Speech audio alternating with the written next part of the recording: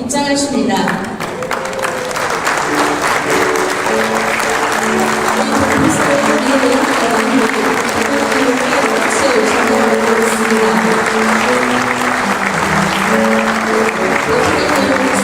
어린이들을 보내주시고 계십니다.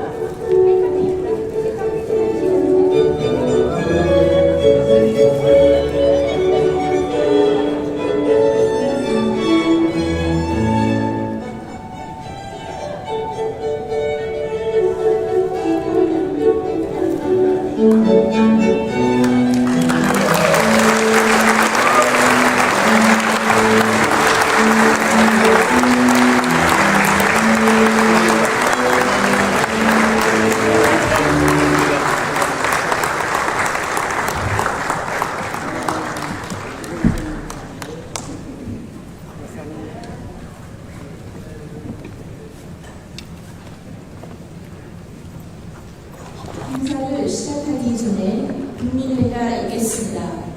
모두 단상에 위치한 국기를 향해 주시기 바랍니다. 국기에 대하여 경례.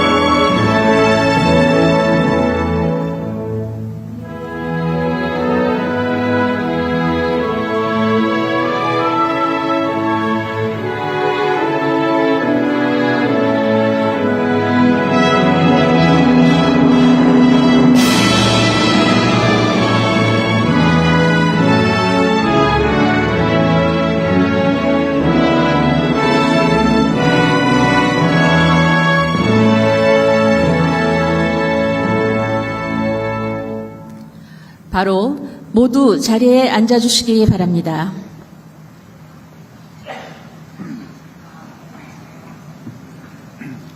지금부터 브라질 동포 간담회를 시작하겠습니다. 안녕하십니까? 저는 오늘 행사의 사회를 맡은 박희란입니다.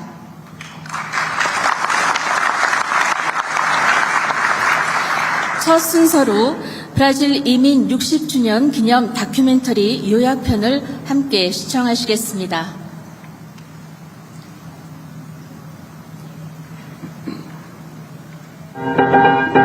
미래에 대한 희망과 불확실함 사이에서 1963년 2월 12일 92명의 한국인 17가정과 기타 여러 명의 여행자를 포함 총 103명의 한국인이 산토스항에 도착한다. 산토스항에 도착했다가 산파울에서 올라왔어요. 그런데 그때는 뭐 그렇게 생각할 수가 없었어요.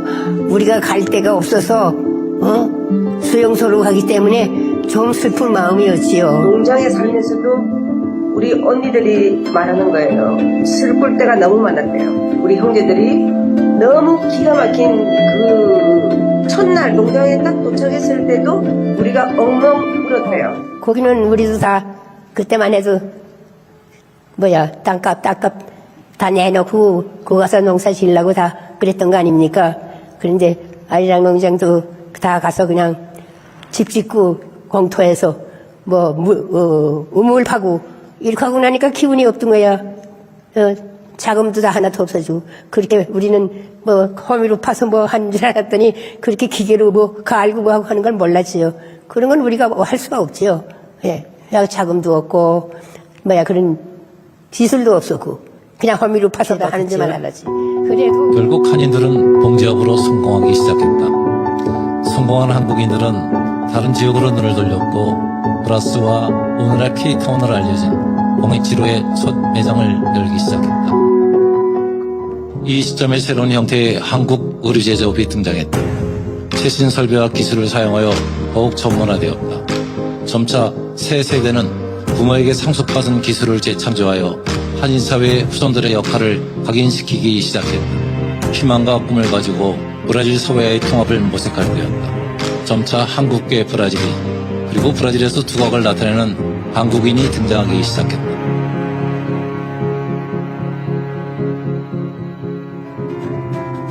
동시에 2010년대부터 브라질의 한류의 영향으로 한국이 드러나기 시작했다. 따라서 한국 국적에 대한 자부심, 뿌리를 찾고 정체성을 찾고자 하는 열망은 한국의 새로운 차세대에게도 자라났다. 2세, 3세, 4세대뿐만 아니라 더 많은 세대가 올 것이다. 그리고 차세대 혼자 걷고 있지 않다. 바로 지금 이 순간 우리는 함께 걷고 있다. 나란히 옆에서 새로운 길을 향해 나아가고 있다. 이곳에 먼저 온 사람들, 지금 살고 있는 사람들, 앞으로 살아갈 이들의 명예와 소중한 기억을 위해 앞으로의 한인이민 60년의 이 길을 함께 써보자. 즐겁고 행복하고 미래가 밝아지는 날들, 우리는 하나이다. 함께 걷는다. 그리고 함께 축하한다. 브라질 동포사회의 역사를 한눈에 알 수 있는 감동적인 영상이었습니다. 이어서 참석 동포를 대표하여 김브루노 브라질 한인 회장님께서 환영사를 하시겠습니다.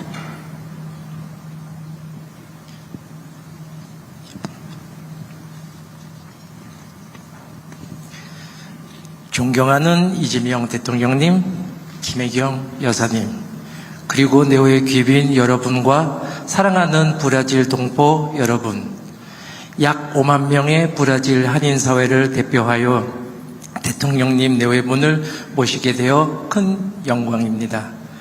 63년 전 저희 선배 이민자들은 새로운 희망을 품고 머나먼 브라질에 왔습니다. 낯선 환경 속에서도 성실하게 일하며 가정을 이루고 삶의 터전을 일구었습니다. 그렇게 세월이 흘러 이제 브라질 한인사회는 3세대에 이르렀습니다. 브라질에서 태어나고 자랐지만 우리는 우리의 뿌리를 잊지 않고 살아가고 있습니다. 저의 작은 이야기를 하나 들려드리고 싶습니다. 저는 한국에서 태어났지만 2살 때 브라질에 왔고 24살이 돼서야 처음으로 다시 한국을 방문했습니다. 한국말도 서툰 데다가 한 번도 만난 적 없는 친척들을 만난다는 생각에 많이 긴장했지만 막상 만나보니 마치 어제 헤어진 가족을 다시 만난 것처럼 따뜻하게 맞아주셨습니다. 그 순간 저는 뿌리가 무엇인지 알게 되었습니다. 나라는 멀리 떨어져 있고 시간도 우리를 멀어지게 할 수 있습니다. 하지만 가족은 결코 멀어지지 않습니다. 대통령님, 오늘 대통령님께서 저희를 찾아와 주신 것도 저희에게는 바로 그런 의미입니다. 비록 한국에서 멀리 떨어져 살고 있지만 오늘은 고향이 우리를 찾아온 것처럼 큰 따뜻함을 느낍니다. 브라질의 한인 동포들을 잊지 않고 찾아와 주셔서 진심으로 감사합니다. 대한민국과 브라질은 1959년 외교 관계를 수립하고 1964년 첫 103명의 한국인 이민자들이 브라질에 도착하면서 브라질 한인 이민의 역사가 시작되었습니다. 초기 이민자들은 어려운 환경 속에서도 근명과 성실, 기업가 정신으로 의류, 봉제 산업을 일으키며 브라질 섬유와 패션 산업의 발전에 크게 기여하였고 봉해치로를 브라질을 대표하는 패션 중심지로 성장시키는데 중요한 역할을 했습니다. 오늘날 약 5만 명의 한인들은 기업, 의료, 교육, 법조, 예술, 공공 분야 등 다양한 분야에서 활약하며 브라질 사회의 발전에 기여하고 있습니다. 또한 학교와 종교단체, 기업을 통해 한국의 문화의 정체성을 이어가며 브라질 사회와의 우호와 교류를 더욱 깊게 만들어 가고 있습니다. 상파울루 총영사관과 한인 사회의 지속적인 노력으로 프라치스코레아 거리, 한인 상징물 등 한인 사회를 기념하는 상징들이 조성되었으며 내년에는 서울과 상파울루가 자매 도시 결혼 50주년을 맞이하게 됩니다. 브라질의 한인들은 모두 자기 자리에서 성실하게 살아가고 있습니다. 우리의 문화를 지키며 다음 세대에게 한국인의 뿌리와 자부심을 전하기 위해 최선을 다하고 있다는 것을 오래 기억해 주시기 바랍니다. 브라질 한인 사회는 지난 63년의 역사를 바탕으로 앞으로도 대한민국과 브라질을 잇는 든든한 가교로서 양국의 우호와 발전에 계속 기여해 나가겠습니다. 다시 한 번 대통령님과 여사님의 브라질 방문을 진심으로 환영하며 건강과 평안을 기원드립니다. 감사합니다. Viva o Brasil e viva a Coreia. 김브루노 한인회장님, 진심 어린 환영사 감사합니다. 다음은 브라질 동포사회의 기반을 만드신 1세대 동포분께 대통령님께서 직접 감사패를 전달하시겠습니다.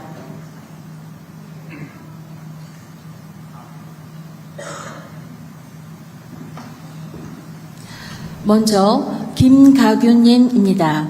독립유공자이신 고 한은규 애국지사님의 배우자분으로서 1972년 브라질로 오셔서 동포사회의 기반을 만들어 주셨습니다.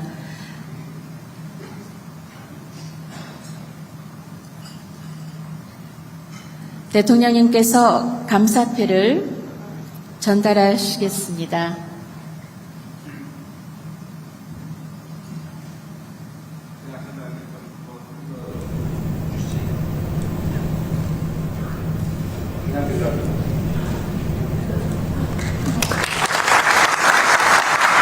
사진 촬영, 기념 촬영하겠습니다.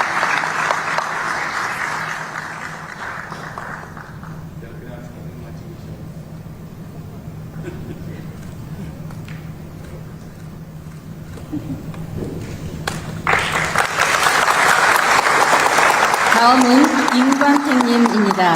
한국 전쟁의 전쟁 포로로 1956년 제3국을 선택하여 브라질로 오신 후 당시 상황을 증인하시면서 한국 역사 보존에 기여하고 계십니다. 대통령께서 감사패를 전달하시겠습니다.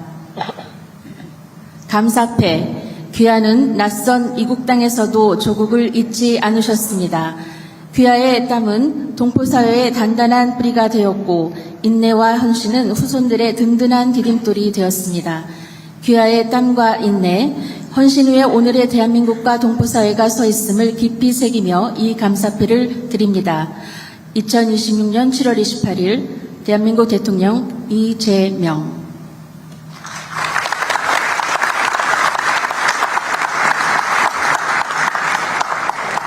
기념 촬영하시겠습니다.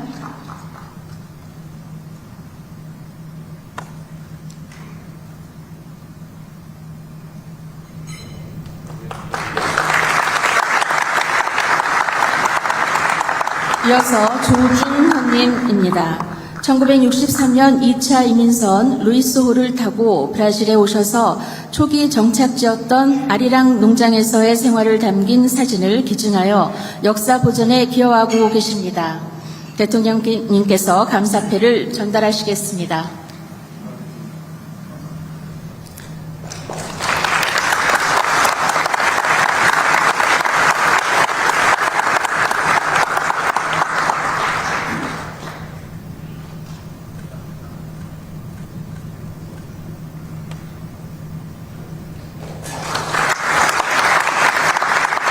마지막으로 서연희님입니다. 1963년 1차 공식 이민선 치차렌카호를 타고 브라질에 도착하셔서 동포사회 기반을 만드는 데 기여하셨습니다. 대통령님께서 감사패를 전달하시겠습니다.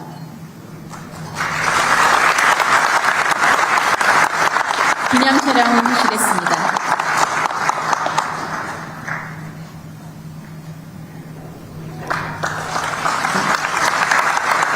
감사합니다. 동포분들께서는 자리에 착석하여 주십시오.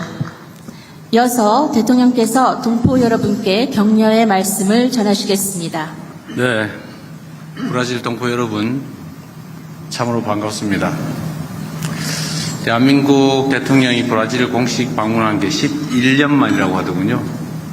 또 여러분들의 선대들이 브라질에 공식적으로 이민 온 것은 1963년이라고 아까 보여주셨는데 사실 그 전에 오신 분도 극소수이긴 하지만 계시죠. 어쨌든 브라질과 한국의 이 협력의 역사가 또 여러분들의 존재로 인해서 여러분들의 삶 그 자체로 인해서 더 깊이 연결되고 있습니다. 비행기로 꼽아 그런 시간이 걸리는 지구 정반대편 땅입니다. 이곳에서 여러분들의 환대를 받으니 그간의 피로가 가시는 것 같습니다. 여러분들이 힘드실 텐데 본국의 대통령을 이렇게 환영해 주셔서 진심으로 감사드립니다. 브라질 동포사회는 대한민국 해외 이민사에서 특별한 장면으로 남아 있습니다. 말씀드린 것처럼 6.25 전쟁의 아픔을 겪고 얼마 지나지 않은 1956년에 51분의 선배 동포들이 이곳 브라질 땅으로 건너오셨습니다. 이방인으로서 내디딘 그 첫 발걸음은 훗날 우리 대한민국 정부가 해외 이주법을 제정하고 처음으로 추진한 공식 농업 이민단의 정착을 돕는 소중한 미랄이 되었다고 합니다. 당시에 선배 동포들이 마주했던 이 브라질 땅은 결코 녹록지 않았을 것입니다. 눈앞에는 풍요보다는 고단한 현실이 놓여 있었고 또 가슴 속에는 설렘과 기대보다 막막함과 두려움이 가득했을 것입니다. 그럼에도 우리 동포 여러분들은 땀 흘려 농장을 일구고 또 성실하고 끈기 있게 노력한 끝에 낯설고 척박한 환경을 새로운 삶의 터전으로 훌륭하게 바꿔내 주셨습니다. 이후 생계를 위해 건너간 상파울루에서도 우리 동포들은 브라질의 섬유 패션 산업의 한 축으로 성장했습니다. 브라질 한인사회가 지난 60여 년간 이룬 것은 경제적 성취만이 아닙니다. 여러분은 누구보다 성실하고 열심히 일하면서 한국인에 대한 신뢰를 우리 브라질 사회에 깊숙이 뿌리내리게 했습니다. 상파울루의 우리 가게 앞 우리가 깨끗이 캠페인은 한인타운의 풍경을 바꾸었을 뿐만 아니라 지역사회의 인식까지 크게 변화시켰다고 합니다. 상파울루주가 한인 이민의 날 그리고 한국 문화의 날을 공식 기념일로 지정하고 한글의 날까지 제정한 것은 브라질 사회가 대한민국 동포를 얼마나 신뢰하고 존중하는지를 보여주는 상징일 것입니다.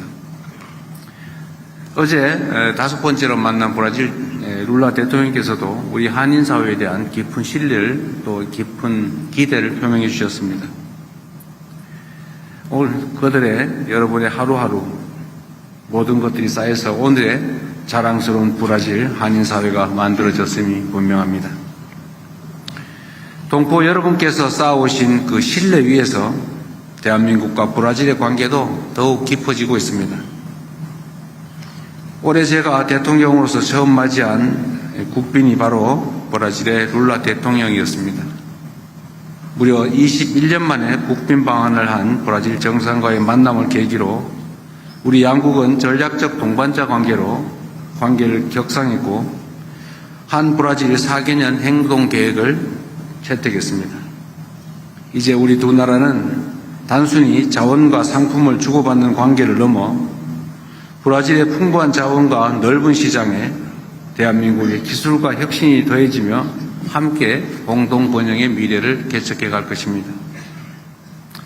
사랑하는 동포 여러분, 새로운 협력의 시대에는 동포 여러분들의 역할이 무엇보다 중요합니다. 두 나라의 언어와 문화, 시장과 사람을 그 누구보다 잘 이해하는 여러분들이야말로 민간 외교관으로서 양국을 잇는 든든한 가교이기 때문입니다. 타국에서 살아간다는 것은 두 나라의 이로움을 함께 누리는 축복이 될 수도 있지만 때로는 두 나라의 어려움을 동시에 감당하는 것이기도 할 것입니다. 오늘 여러분들 자유롭게 많은 의견을 내주시기 바랍니다. 이 대통령과의 무슨 간담회라 그러면 와서 밥 먹고 그냥 가는 게 다 일이었는데 사실 매우 섭섭하지 않았겠습니까? 원래 간담회가 뭘 먹으면서 얘기를 주고받는다 이런 뜻인데 일방적으로 대통령이 자기 할 말만 하고 헤드 테이블에서 자기 아는 사람하고 몇몇이 그냥 속닥속닥 이러다 가버리고 여러분들은 그냥 밥 먹으러 동원된 사람인가 이런 생각이 들었을 수도 있습니다. 그런데 그렇게 하지 않으려고 합니다. 이 먼 이국 땅에서 언제나 또 조국을 생각하고 그리워할 뿐만 아니라 또 걱정하지 않습니까? 이 조국이 여러분들을 걱정해야 되는데 여러분이 조국을 걱정하는 일이 가끔씩 생겨요. 그러니 또 어떡하겠습니까? 여러분과 또 본국의 국민들이 힘을 합쳐서 또 비정상을 이겨내고 정상적인 국민의 뜻이 제대로 반영되는 그런 나라를 또 만들어가고 있습니다. 한때 가끔씩은 본국이 걱정되고 또 한국인이라는 사실을 슬쩍 숨기고 싶을 때도 있었을 것입니다. 그러나 이제는 완전히 바뀌었다고 생각합니다. 전 세계에 어디를 내놔도 자랑스러운 대한민국 아닙니까? 별로 동의가 안 되세요?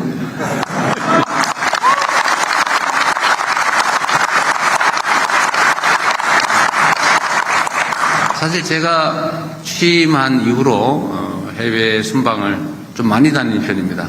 왜 그러냐면 국가 정상들 간의 이런 만남이 사실은 경제협력이나 안보협력, 민간교류에 크게 도움이 됩니다. 그냥 한번 형식적으로 방문하고 마는 게 아니라 실질적인 신뢰를 쌓으면 현지에 진출한 기업들도 또 현지의 교민들도 또 이 나라에 그 나라의 상품을 수출하는 기업들도 매우 상황이 신속하게 개선이 됩니다. 그래서 임기 초에 최대한 많은 나라들을 방문하고 또 국가 간 관계를 정상화하거나 또 더 심화시키기 위해서 많이 다니는 편입니다. 임기 후반이나 끝에 가서 다니면 뭐 하겠어요? 그때는 이미 뭔가 새로운 계기를 만들어도 뭐 다음 정권이 또 하긴 하겠지만 그게 활용하기가 쉽지가 않습니다. 제가 다녀본 경험으로는 한 번씩 이렇게 순방을 하고 또 국가 원수들과의 관계를 또 정상화하거나 아니면 트고 정서적 교감의 깊이를 더하면 모든 면들이 신속하게 개선이 됩니다. 이민자든 아니면 재외 국민이든지 또는 동포들이든지 그 나라에서 겪고 있는 여러 가지 어려움들이 있을 수 있는데 그 문제들도 이제 오늘 이 자리에서 함께 좀 대화하면 좋겠습니다. 그리고 우리 대사님 열심히 일하신다고 본국에 소문이 났던데 여러분들 대사님 자주 만나세요? 네 하는 사람 소수 있었습니다. 앞으로는 더 많이 만나시게 될 겁니다. 제가 각국 공간 대사 또는 총영사님들한테 해당 지역 주민들, 우리 재외 동포, 재외 국민들을 많이 만나시라고 권하고 있어요. 국가가 왜 존재하겠습니까? 다 여러분들의 어려움을 해결하기 위해서 또 도움이 되기 위해서 있는 거죠. 그래서 여러분들이 어떤 어려움을 겪고 있는지를 일상적으로 좀 제시해 주시면 저희도 또 일상적으로 그 문제를 또 해결하거나 또는 완화해 가도록 노력하겠습니다. 그리고 이 정부에서 겪는 어려움들도 사실은 이제 외교적인 루트를 통해서 좀 시정을 요청하면 여러분들이 직접 민원을 내는 것보다 훨씬 더 유효하게 문제들이 해결되거나 완화됩니다.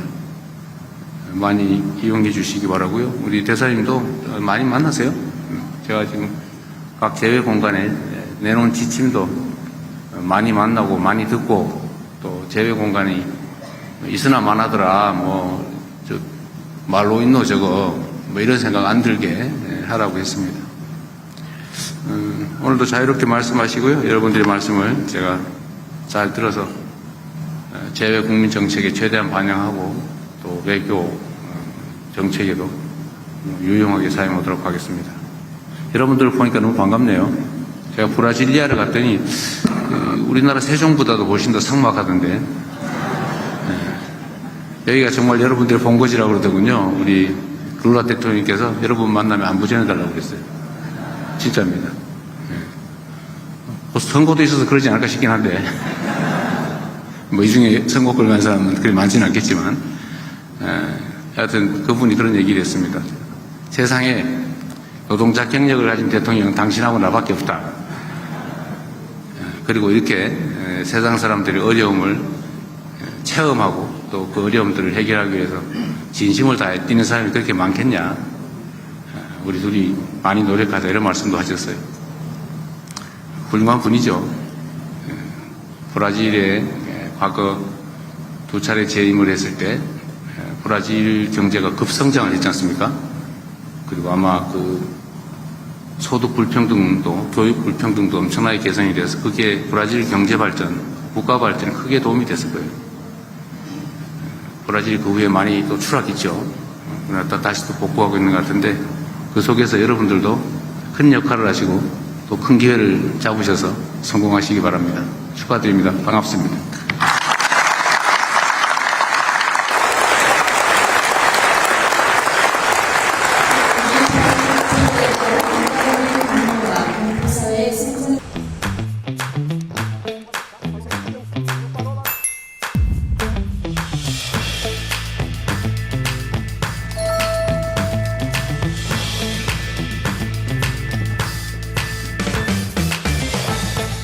존경하는 룰라 대통령님, 대통령과 저는 각별한 경험을 공유했습니다. 대통령의 왼쪽 손가락이 하나 없는 것처럼 저도 어린 시절에 공장에서 일하다가 왼손을 다쳤습니다.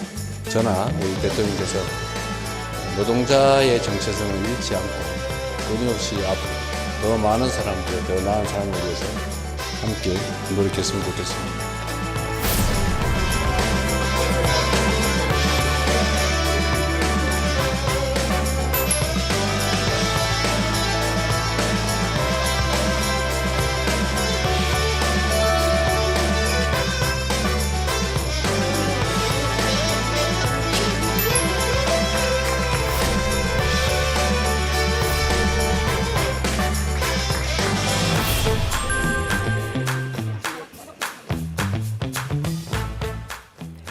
지금부터 이재명 대통령의 행보부터 주요 정책에 대해서 자세하게 짚어보는 정책주 행보 정주행 시작하겠습니다. 오늘 두 분 모셨습니다. 하상석 국립외교원 전략지역연구부 교수님 그리고 박성민 시사평론가와 함께합니다. 어서 오세요. 반갑습니다. 네, 먼저 이거부터 여쭤보죠. 이 대통령 남미 순방 이제 시작됐습니다. 글로벌 사우스 핵심 지역을 방문한다라는 데 의미가 있을 텐데요. 브라질, 칠레, 아르헨티나 이 순서죠. 이 시점에 이게 왜 중요한지 네, 전문가로서 한번 의미 부여를 좀 해주시죠. 네. 일단 2월 달에 사실은 룰라 대통령의 한국 방문이 있었고요. 그렇죠. 네. 여기가 이제 답방 형식으로 사실은 저희 외교부에서 준비를 했다가 이렇게 글로벌 사우스라고 하는 좀 지평이 공간이 넓어지면서 사실 이제 브라질, 칠레, 아르헨티나의 세 나라로 지금 이제 정해져서 가고 있고요. 이거는 기존 정부에서도 사실은 늘 남미 순방하면 정했던 국가들입니다. 3개국은. 네네. 옛날에 뭐 노무현 정부 때도 사실은 이렇게 갔다 오셨고요. 네. 그다음에 지금 이재명 정부도 좀 갔다 왔고 글로벌 사우스라는 개념이 네. 지금 현재 그 지정학적으로 이제 그 기존에 뭐 개발도상국들이 단순하게 경제적 지원 이런 게 아니라 네. 이들 국가들과 더 할 일들이 더 많아졌고 한국의 특히 중견국 외교 네. 이런 것들을 확대해야 된다라는 의미가 커지면서 네. 점차적으로 그 이들 국가들과 좀 경제 안보 쪽에서 좀 협력의 틀들을 좀 많이 만들어 보자는 측에서 네. 네. 가신 것 같습니다. 브라질과 칠레, 아르헨티나의 어떤 그 각각의 또 개별성이 있을 텐데, 이 나라들을 방문한 이유에 대해서도 한번 좀 짚어주시죠. 브라질은 글로벌 사우스를 대표하는 국가이고요. 브릭스의 선두 국가이기도 그렇죠. 하고, 네. 그다음에 G20 국가입니다. 아르헨티나와 함께 중남미 쪽에서는 네, 그런 의미를 갖고 있고요. 네. 칠레는 아시다시피 우리나라 FTA 역사상 가장 먼저 네, 그렇죠. 자유무역 협정을 맺은 국가. 저 2004년에 네. 꾸준하게 사실 이제 그 뭔가 좀 모범적인 모델들을 사실 이제 만들어 오고 있는 상황이고요. 올해 가신 거는 그 기존에 맺었던 FTA에 대한 어떤 현대화 또는 네. 고도화 이런 뭔가 좀 제도적 차원에서 좀 이렇게 격상시키는 의미에서 가신 거고요. 아르헨티나는 22년 만에 처음 가십니다. 아, 22년 만이나요? 네네네. 브라질은 11년이지만 네. 아르헨티나는 22년이고요. 너무 오래 격조한 상태이고 마지막 이걸 얼마나 이제 관계 회복을 하느냐에 따라서 사실 이제 좀 중요한 것들인데 왜 아르헨티나를 마지막으로 선택했냐면 네. 이게 이제 메르코스르라고 하는 네네. 남미 공동시장과 한국의 경제 협력, 네. 자유무역 협정 이 두 나라가 사실 결정을 합니다. 그래서 이 두 나라의 그 양쪽에서의 어떤 승인 또는 합의 네. 이런 것들이 좀 필요해서 네, 새 나라로 가시게 된 겁니다. 아, 브라질과 아르헨티나가 어쨌든 그 중남미 지역에서 경제 그 공동체의 핵심적인 역할을 하는 건데 22년 만이라고 하니까 상당히 좀 시간이 오래 걸렸다, 좀 아쉽다 이런 느낌이 좀 있네요. 그렇습니다. 네네. 대한민국 언론에서도 그렇고요. 이번에 이제 월드컵 보면서 사실 이제 영국하고 아르헨티나 그죠? 그렇죠. 마지막 예, 최종전 뭐 이렇게 해서 아르헨티나 메시 이런 얘기만 하지 이렇게 문화 스포츠 얘기만 하지 실질적인 경제 협력은 얘기가 네, 별로 없었다. 없었던 네. 건데 이번에 이제 다시 시작을 해봐야 된다는. 알겠습니다. 네. 이재명 대통령이 어제 화상으로 진행된 수석 보좌관 회의에서도 급격하게 변하는 국제 질서 속에서 남미 지역의 중요성을 다시 한번 강조했죠. 저희들 영상 준비했습니다. 남미는 엄청난 인구 또 풍부한 자원을 갖춘 것으로 외교의 지평을 한층 더 넓히는 데 있어서 가장 필요한 지역 중의 하나입니다. 이번 남미 순방을 통해서 글로벌 사우스 외교를 더욱 강화하고 글로벌 핵심 국가로서의 위상과 역할을 더욱 단단하게 가지도록 하겠습니다. 이재명 대통령 이번 브라질 순방 11년 만에 진행된 우리 정상의 국빈 방문이었습니다. 지난 2월 룰라 대통령의 방한에 이은 답방 성격이기도 한데 일단 그 평론가님 간략한 일정 또 의미를 한번 짚어주시면 어떨까요? 네, 일단 간략한 일정을 좀 말씀을 드리면 현재 시간 기준으로 이제 27일에는 정상회담 그리고 MOU 서명식 그 외에도 공동 언론 발표를 했고요.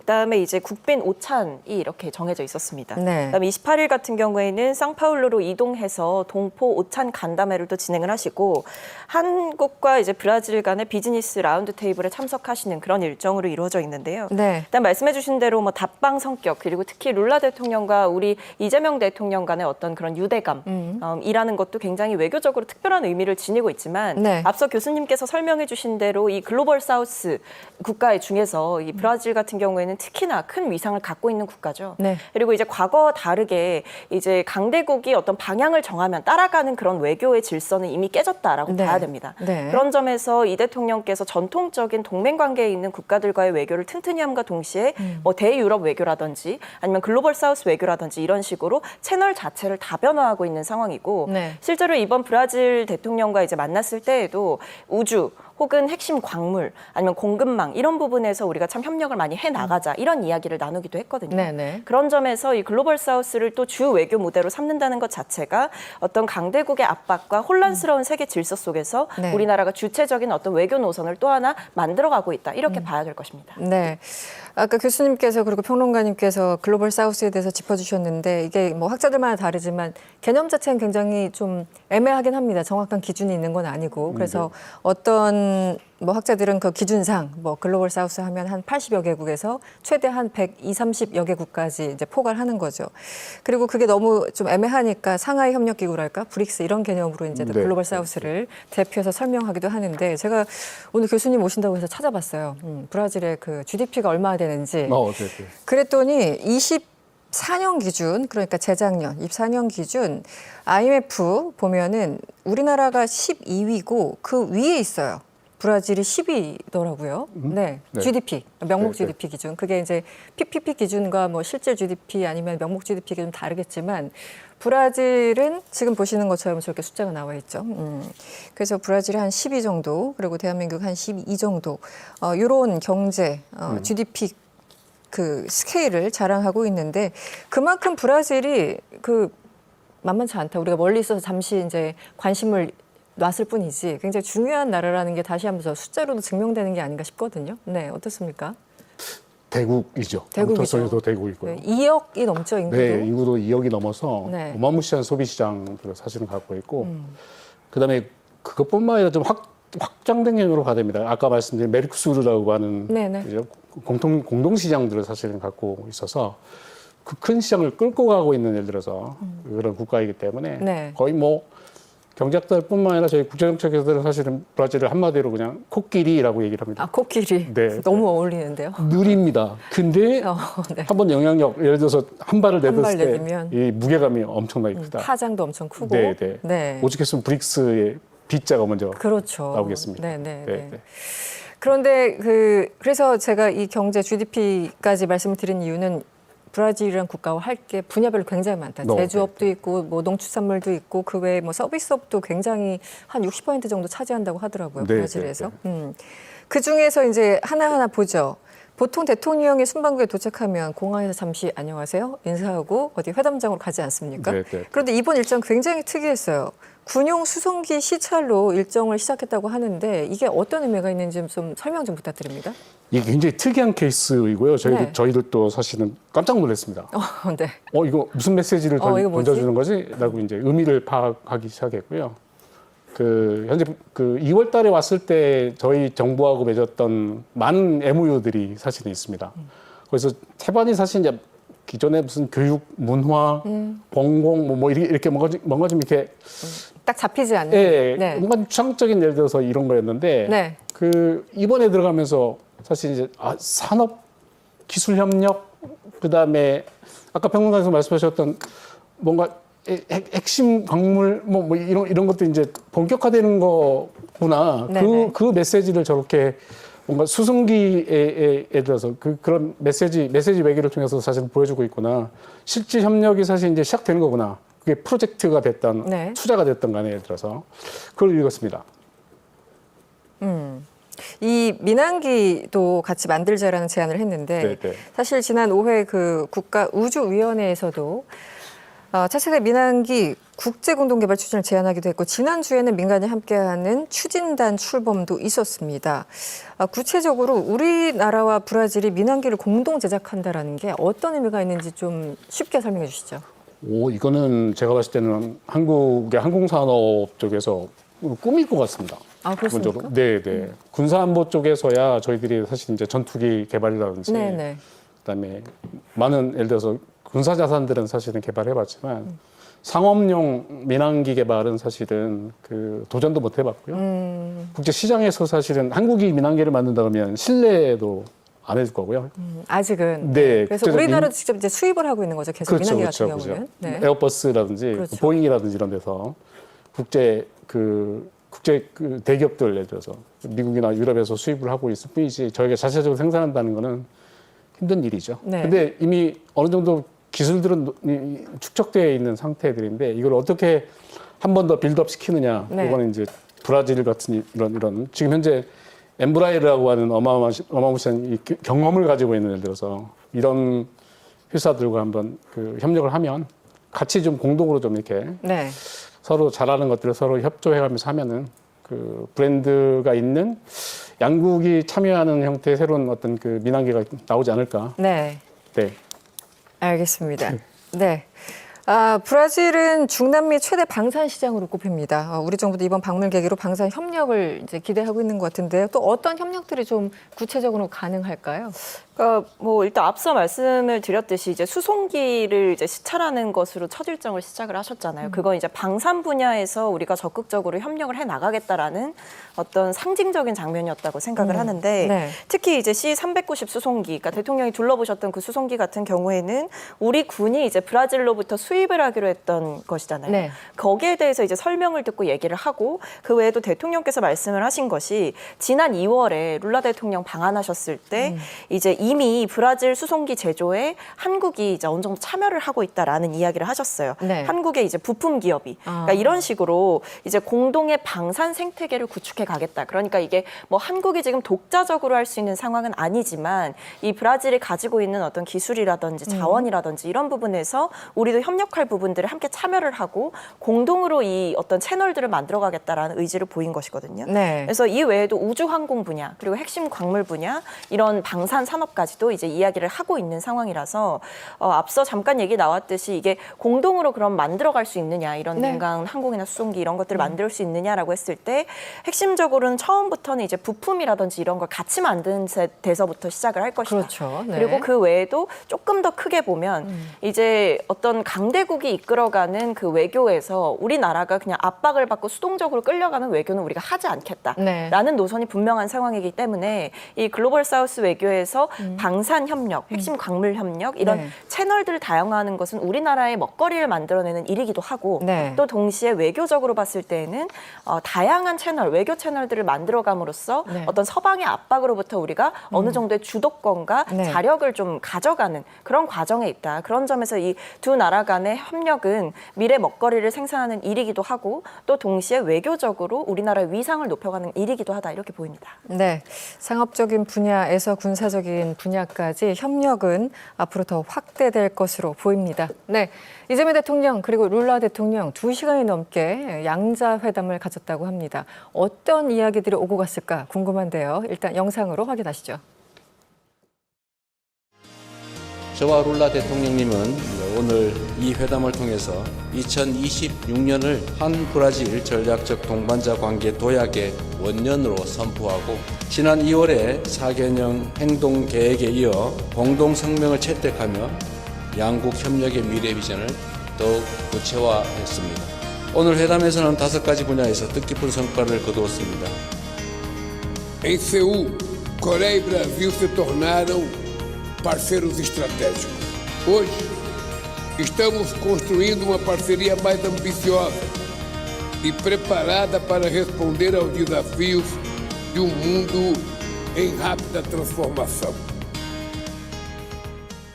네, 양국 정상 136분 정도 대화를 나눴다고 합니다. 경제와 방산 분야 협력을 주로 논의한 것으로 전망이 됐었는데 실제 어떤 이야기가 오고 갔는지 핵심 내용 다시 한번 좀 짚어주시겠어요? 네, 그러니까 이게 결국에는 이제 크게 보면 3가지가 좀 중요했다고 볼 수 있을 것 같은데 첫 번째로는 이제 우리가 방산 얘기 많이 했잖아요. 그러니까 이처럼 경제 협력의 기반을 좀 강화하자라는 네. 얘기가 이제 많이 나왔다라고 볼 수 있는 것이고 또 공급망 다변화라는 이제 목적 하에서 좀 자원이나 에너지 분야에 있어서도 좀 협력을 잘 해 나가자라는 얘기. 그 외에도 좀 워낙에 특히 우리나라의 많은 국가들이 관심을 갖는 것은 이제 문화 그렇죠. 아니겠습니까? K컬처. 네, 문화라든지 특히 우리나라의 강점이라고 꼽힐 수 있는 어떤 인적 자원 이런 부분에서의 이제 교류를 좀 확대해 나가자.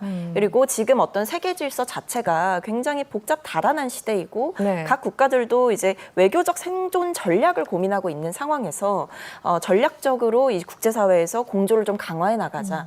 그런 의미를 담은 이야기들을 좀 많이 했다라고 볼 수 있고 네. 또 양해각서 서명식도 진행을 했던 만큼 네. 이게 단순히 말뿐인 것으로 그치는 것이 아니라 구체적인 약속 기반들을 좀 만들어갔다 이렇게 볼 수 있는 회담이었다고 볼 수 있습니다. 네, 지금 평론가님이 마침 양해각서 얘기를 해주셨으니까 조금 더 질문을 제가 해볼게요. 이번에 7개 양해각서에 각각 서명했다고 하는데 네. 꽤 다양합니다. 7개 정도면. 네, 그래도 많이 줄었습니다. 네, 많이 줄여서 이 정도. 네, 네. 어떤 내용에 조금 주목하면 좋을까요? 브라질리아에서 맺은 게 모르겠습니다. 지금 상파울로 그 비즈니스 테이블로 갔을 때 뭔가 좀 더 추가적으로 얻었을지 모르겠지만 기본적으로 7개가 우주협력 관련해서 네, 가장 먼저 MOU를 맺었고요. 체육협력, 교육 분야 협력, 네. 그다음에 에너지 협력, 그다음에 산업기술 협력, 네. 그다음에 문화 쪽으로 이제 영화 협력, 그다음에 요새 중요한 이제 사이버 보안 네. 이런 쪽에서 7개 정도에서 좀 디테일하게 가장 기본적인 것들입니다. 두 나라 사이에 예를 들어서 그 산업 협력이라든지 기술 협력이라든지 이게 네. 필요하면 반드시 인적 교류라든지 뭔가 좀 교육적 분야에서 서로 규격이 맞아야 된다든지 예를 들어서 그죠? 이런 어떤 그런 부분이 있기 때문에 미래 좀 더 높은 수준의 협력을 구축하기 위해서 기본적으로 한 7가지 정도는 사실은 맺어놓는 게 맞다라고 생각을 합니다. 네.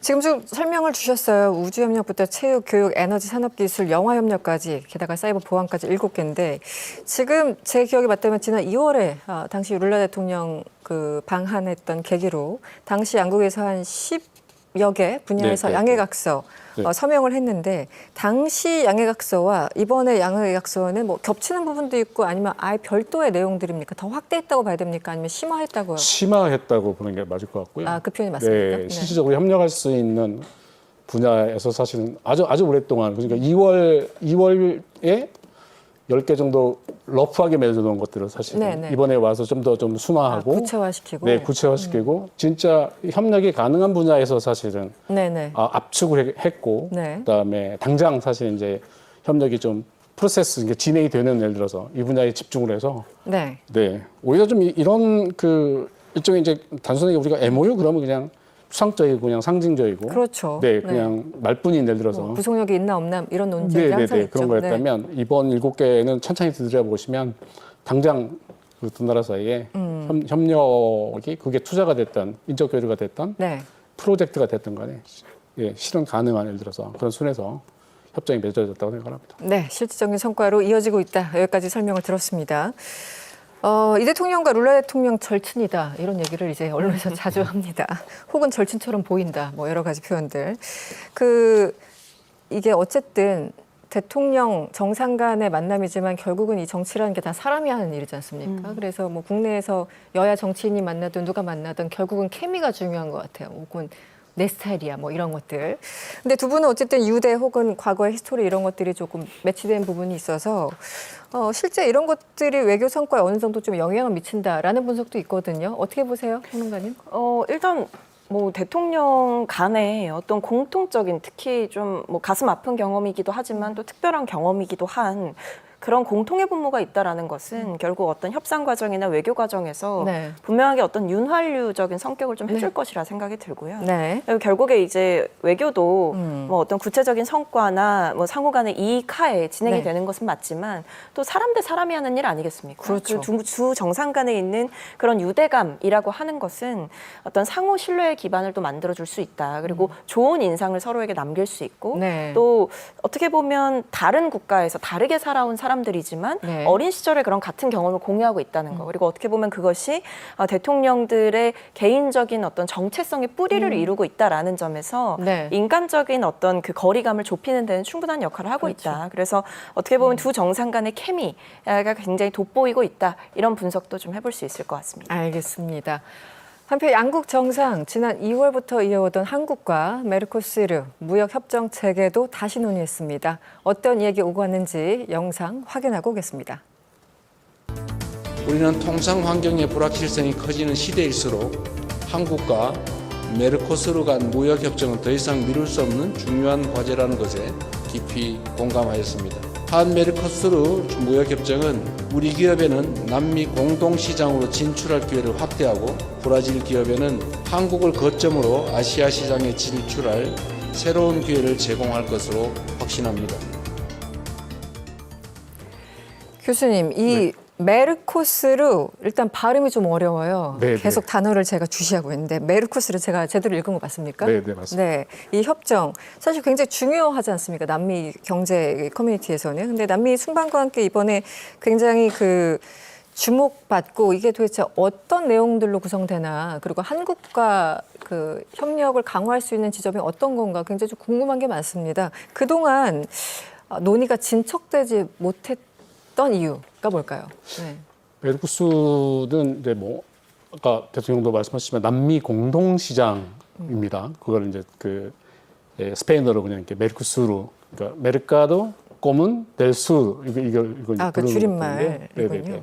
네. 네 나라가 회원국으로 참여하고 있습니다. 일종의 관세 동맹입니다. 네. 브라질, 아르헨티나, 파라과이, 우루과이. 네.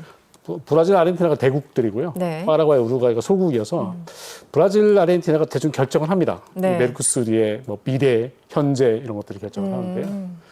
뭐 소국이라고 무시하는 건 아니지만 네, 사실 그렇죠. 이제 네. 4개국이 있고 관세 동맹이고 역외 관세를 부과합니다. 역외관세. 네. 저희 나라가 완제품을 이쪽 메르코스르 시장에 수출할 때는 25% 관세를 맞습니다. 네. 이게 요새 트럼프의 뭐 어마무시한 관세와 비교해 보면 사실 이제 비교도 되는 것들이지만, 네, 굉장히 보수적입니다. 그래서 시장 자체가 25%면 엄청 높은데요. 네. 이거를 사실 이제 관세를 좀 인하시키는 게 한국의 많은 기업들이라든지 이게 수건 사업들이었고요. 우리나라가 많은 2004년 한칠 FTA 이후에 중남미 쪽에 많은 FTA를 좀 맺어보고 있는데 네. 지금 대서양 쪽을 못 넘어가고 있습니다. 그 대서양 허들이 사실 이제 메르코스루이고요. 그래서 한국 경제 영토가 대서양까지 좀 확대되는데 메르코스루하고 FTA를 맺자라는 논의들이 꽤 많이 연구도 해봤고요. 네. 직접 우리나라 산업통상부가 2019년부터 직접 FTA 협상 테이블을 가져봤는데 19년. 네. 7차 정도까지 왔다가 지금 코로나도 있었고요. 네네. 그래서 무산됐습니다. 그렇군요. 네. 무산됐고 잠잠하다가 이제 이번에 대통령께서 가셔서 우리나라 기업들에게 굉장히 중요한 예를 들어서 네. 이 시장이기 때문에 그 FTA 협상을 재개해보자. 뭐 타결은 사실 이제 어떻게 될지 모르겠지만 재개 국면으로 지금 현재 단계가 넘어가 있는 상태이고요.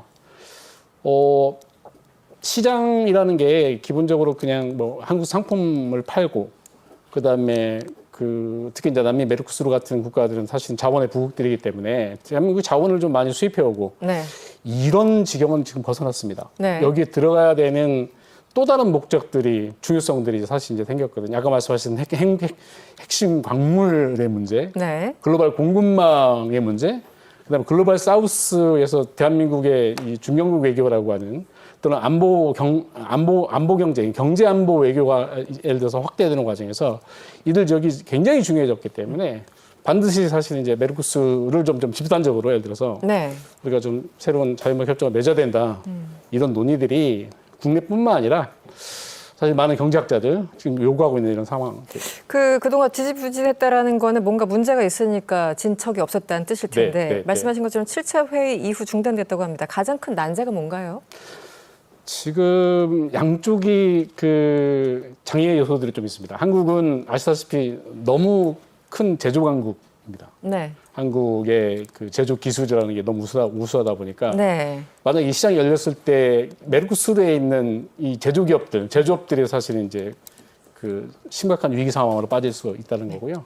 반대로 사실은 이제 우리 같은 경우는 이제 농가들, 농축산물들이 사실 이제 값싸게 들어오기 때문에 네. 이런 위기감들이 사실이 있죠. 이 둘을 좀 조화롭게 잘 뭔가 좀 이렇게 갈등 내지는 양쪽의 이익들을 조금씩 배분하는 예를 들어서 이런 협상들로 좀 해야 되는데 너무 극명하게 사실은 이 두 분야가 사실은 예를 들어서 겹쳐 너무 있어서 각각의 장점들이 너무 분명하군요. 네네네. 그래서 그게 큰 허들이고요.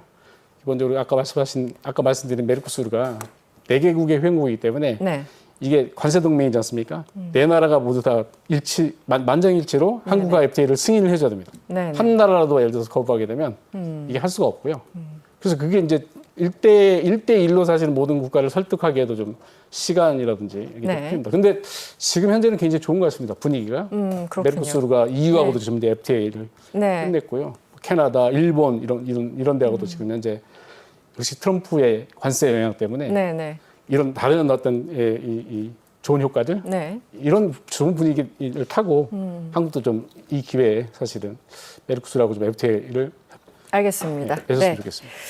이번 남미 순방 중요하게 살펴볼 내용들이 참 많은데 사실은 이제 어찌 됐든 뭐 제조업도 다 앞에서 말씀해 주셨지만 핵심 광물 매장량이잖아요. 이 브라질 같은 경우는 아무래도 이게 확실한 경쟁력이 있는 것 같고 무엇보다 히토류. 우리 이제 중국에서 이게 딱 잠그면 우리 어떡하지? 이런 고민에 빠지는데 아무래도 브라질이나 이 남미 국가들이 뭔가 돌파구가 될 수 있다고 생각이 드는데 실제 어떻습니까? 그러니까 브라질 같은 경우에는 실제로 약 2,100만 톤의 히토류가 이제 매장이 되어 있다라는 네. 것은 뭐 사실이고요. 네. 그러니까 중국에 이어서 세계 2위인 거죠. 중국에도 이제 히토류 매장량이 상당한데 그 부분이 또 중국이 어떤 외교적 위치에서 그 부분을 또 활용해서 외교를 해왔던 면이 있지 않습니까? 특히 뭐 미국과의 갈등도 그런 면이 있었던 것이고. 네. 그리고 세계 전체 매장량의 4분의 1에 가까운 규모의 히토류가 이제 브라질에 있는 상황이기 때문에 네. 아까 이제 우리가 얘기했던 어떤 핵심 광물 중에 아주 중요한 부분을 차지를 하고 있다 이렇게 볼 수가 있을 것 같고, 그러니까 어떤 자원의 문제, 배분의 문제에 있어서 그 외에도 히토류 외에도 다양한 광물들이 또 있다라고 해요. 어떤 게 있죠? 그래서 뭐 네. 니오뷴이라고 하는 뭐 배터리 급속 충전이나 뭐 안정성 향상을 위해서 들어간 첨가제가 있는데 네. 이 광물 같은 경우에도 매장량이 세계 1위다 이렇게 알려져 있고요. 뭐 천연 흑연 같은 경우에도 굉장히 많다라고 알려져 있고, 네. 뭐 니켈 같은 경우에도 세계 3위의 공급국이다. 그 다음에 리튬 같은 경우에도 세계 5위의 생산국이다. 그런 점에서 어떤 광물의 포트폴리오 자체가 상당히 상당히 화려합니다. 다양하고. 네. 다양하고. 부럽네요. 네, 그렇기 때문에 이제 브라질이 가지고 있는 어떤 이런 광물들, 자원들 이런 면에서 우리가 어떤 협력적 관계를 맺어놓고 외교적으로 이 광물에 있어서의 어떤 우호적 관계를 맺어놓는다는 것 자체가 말씀해주신 대로 어떤 다른 국가들에서 혹여나 외교적 상황으로 인해서 그것을 잠가버렸을 때 네. 우리가 어떤 채널들을 다양하게 가져갈 수 있느냐. 네. 그러니까 여기서 막히면 우리가 살 곳이 있는가, 손실 구멍이 있는가 그렇죠. 이런 부분을 살펴봤을 때 이 브라질 같은 경우에는 굉장한 잠재력과 네. 구체적인 자원을 가지고 있는 나라죠. 네. 그래서 이번에 이런 협력들이 강화되고 대통령께서도 이런 부분을 굉장히 신경을 쓰고 계신다는 것 자체가 어떤 외교 채널의 다변화와 동시에 또 우리나라의 중요한 핵심 공급망 이런 부분들을 확보하기 위한 노력이다 이렇게 볼 수 있겠습니다. 네. 사실은 이제 히토류라는 게 80년대까지만 해도 미국에서도 엄청나게 개발이 됐고 정제됐었는데 90년대 들어서면서 이제 중국에서 사실상 이제 독점하게 됐죠. 왜냐하면 싼 가격에 이걸 제공을 하니까. 그래서 사실 90년대 이후에 중국이 히토류를 완전히 꽉 잡고 있는 독점적인 상황이 형성이 됐어요. 그런데 사실 이게 이 매장량도 문제지만 분리, 정제하는 과정에서 인권 문제, 환경 문제 이런 것들 때문에 다들 우리 안 하고 싶어 약간 이런 게 돼버렸지 않습니까? 그럴수록 중국의 발언권이 훨씬 더 높아지는 상황. 어쨌든 이번에 매장량보다는 이 앞으로의 그 과정들, 그러니까 뭐 정제 공정, 분리 공정 이런 것들이 중요하다고 하는데 그 부분에서 좀 협력을 우리가 많이 이끌어낼 수 있을까요? 어떻게 보십니까? 네. 저는 충분히 뭐 가능성이 있어 보인다는 생각이 들고요. 그러니까 앵커께서 잘 짚어주셨는데 히토류 같은 경우에는 매장량 자체보다 이제 분리해내는 과정 그리고 네. 정제하는 그 공정을 거쳐야만이 진짜 이 그러니까 산업 자원으로서의 가치가 있다라고 볼 수 있는 것이거든요. 네, 네. 그런 점에서 우리나라가 이번 협력에서 실질적인 성과를 얻기 위해서는 이 복잡한 과정을 거쳐야 이 산업용 그 자원으로 쓸 수 있다는 히토류의 어떤 특징을 살펴봤을 때 네. 거기에 대해서 우리나라가 어떤 독점적 지위를 가져갈 수 있느냐, 그 부분을 약속받을 수 있느냐, 그런 어떤 복잡한 화학적 분리 과정을 네. 우리가 이제 할 수 있다라는 것을 어필하면서 동시에 그 자원을 또 제공받을 수 있어야 되는 문제 그런 부분에서 얘기가 많이 오갈 것으로 생각이 되고 있고 네. 그래서 지금 결국에는 히토류가 매장되어 있는 매장량뿐만 아니라 이것을 안정적으로 확보하고 또 공정해 나갈 수 있는 기술력이 있느냐 이런 부분에서도 대한민국과 이 브라질의 관계는 저는 충분히 해볼 만하다 이렇게 보입니다. 그렇군요. 교수님, 지난 2월에 룰라 대통령이 방한했을 때 이런 발언을 했다고 합니다. 내가 잘생겨진 이유는 한국산 화장품 덕분이다. 저도 한 표 던집니다. 네. 한국산 화장품이 워낙 인기가 많잖아요. 가성비도 좋고. 그래서 네. 많은 분들이 이런 얘기를 하시는데 이번에도 이 관련해가지고 여러 가지 MOU가 체결됐다고 합니다. 어떤 내용들이 좀 핵심적인지 짚어주시죠. 근데 지금 그 일명 K-뷰티라는 게 그 브라질 전체 소비 시장으로 사실은 깊숙이 들어가지는 못했습니다. 아직은요? 예, 네. 그냥 온라인상에 사실은 몇몇 제품들이 사실 판매되고 있고요. 뭔가 좀 그 골목골목 사실은 그 시장에 예를 들어서 깊숙이 들어가서 대한민국 그 메이드 인 코리아 제품들이 사실은 들어가 있는 건 아니고요. 몇몇 쇼케이스로 사실은 이렇게 젊은 소비자 계층들을 그죠. 그러니까 온라인 매매가 좀 편한 예를 들어서 네. 이런 그 디지털 소비층들에게 사실은 약간 오픈돼 있어서 지금 팔리고 있을 정도지. 실제로 저희 K-뷰티 상품들이 막 전체 소비 시장을 잠식하고 있는 예를 들어서 이런 상황은 아니고요. 이번에 이제 이런 부분을 좀 뚫어보겠다라는 생각들을 가지고 그게 MOU든 투자든 예를 들어서 기업 진출이든 뭔가 좀 다양한 예를 들어서 이런 방법을 통해서 브라질 시장에 진출을 노력하고 있는 것 같고요. 그중에 가장 중요한 것들이 이제 그 규제 부분 예를 들어서 네. 이런 부분에서 좀 완화하는 예를 들어서 이런 요구들을 좀 하고 있는 것 같습니다. 평론가님, 그래도 수출액이 상당히 좀 늘어나고 있다고 하는데 표를 보면 한 2020년도에는 518만 달러부터 해서 쭉 올라가고 있어요. 표 851, 881 그러다가 작년에는 5,430만 달러. 어쨌든 뭔가 수출이 계속 성장하는 그런 추세에 있는 건 사실인 것 같습니다. 네, 맞습니다. 그리고 수출이 상승하고 있다라고는 하는데 아직 그 한국 그 화장품 시장의 잠재력이 완전히 다 발휘되지는 않았다라는 게 이제 중론이거든요. 네네. 그 부분에 대해서는 뭐 워낙에 이제 이견이 없는 내용인데, 근데 이제 이런 외국 시장에서 한국 화장품에 갖는 기대라든지 아니면 K컬처가 이제 유행을 하게 되면서 동시에 이런 부분들까지도 그렇죠. 주목을 많이 받은 거거든요. 네네. 그렇기 때문에 저는 충분히 우리나라가 어필할 수 있는 경쟁력 중에 하나다 이런 생각이 또 들고 네. 이번에 그래서 이제 남미 순방을 이제 대통령께서 가시면서 네. 국내 뷰티 기업이 총 책임자들이 최고 경영자들이 막 다 출동을 했어요. 그래서 보면 비즈니스 라운드 테이블에 이제 참석을 해서 이런 내용들을 한다라는 것 자체가 논의한다라는 것 자체가 이 K-뷰티 시장도 워낙 지금 뭐 해외에서도 인기가 있지만 그럼에도 여기에서 우리가 좀 더 욕심을 내볼 법하다. 좀 더 어필을 해볼 수 있고 그리고 어떤 시장 경제 면에서도 충분히 이 K-뷰티는 잠재력이 있는 시장이다라는 것이 네. K-컬처의 유행과 함께 특히 뭐 K-드라마, K-영화 이런 것들이 뭐 특히 아이돌 문화도 그렇고요. 많은 것들이 이제 유행을 하게 되면서 이 K-뷰티 같은 경우에는 전 잠재력이 굉장히 큰 시장으로 보인다. 그래서 단순히 최근까지는 이제 뭐 한국산 화장품 이런 것이 뭐 중국이라든지 일본이라든지 어떻게 보면 가까이에 있는 국가들한테 많이 좀 소구가 됐다. 이렇게 볼 네. 수 있었지만 사실 이제 K-컬처라고 하는 게 단순히 인접 국가에만 영향을 미치는 수준을 이제 넘어선 지 오래이기 그렇죠. 때문에 네. 저는 이런 부분들도 우리나라의 경쟁력 중에 하나다 이렇게 보고 있습니다. 네. 어쨌든 룰라 대통령이 직접 인증한 만큼 한국산 화장품 널리 네, 알려지기를 바라보고요. 마지막으로 교수님 좀 정리를 해주시면 처음에 이제 이 논의를 우리 시작할 때 글로벌 사우스로의 어떤 외교 지평 확대라는 의미부여를 해주셨습니다. 이번 그 순방을 계기로 어떤 것들을 좀 기대할 수 있을지 혹은 우리 정부가 무엇을 더 노력해야 되는지 마지막으로 좀 짚어주시죠. 그 글로벌 사우스 외교조평 이게 좀 굉장히 추상적인 예를 들어서 그런 건데 사실 해야 되는 것들이 뭐 실질적으로 MOU도 맺고 그다음에 리더와 리더 사이에 사실 아주 긴밀한 예를 들어서 그죠 그 연대 공감 연대 뭐 이런 것도 만들어내고 분위기 굉장히 좋은 것 같습니다. 근데 네. 실질적으로 그 지금 남미 3개국이 원하는 것들은 키워드가 산업화입니다. 산업화요? 네. 네. 저희가 이번에 순방을 가서 저희 대통령이 가서 저희 기업이나 저희 경제가 원하는 것들도 있지만 그쪽 국가 3개국이 각자 원하는 그 경제적 수요라고 하는 것들이 좀 있어서 네. 거기를 좀 종합해 보면 산업화입니다.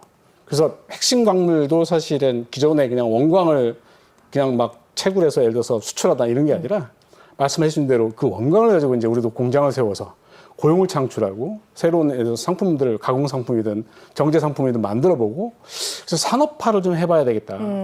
뭐 이런 그 분위기입니다. 네. 그래서 되도록이면 한국이 그 이번에 글로벌 사우스 또는 경제 안보 우리 측의 요구도 굉장히 중요하지만 이 요구가 제대로 실현되기 위해서는 이 3개국이 공동으로 원하는 네. 그들 개별 국가들의 어떤 산업화 전략 네네. 또는 산업 고도화 전략 이 부분에 우리 경제계나 정부나 어떤 기여를 할 수 있을지 좀 꼼꼼히 따져보고 사실 접근을 해야 된다고 생각을 합니다.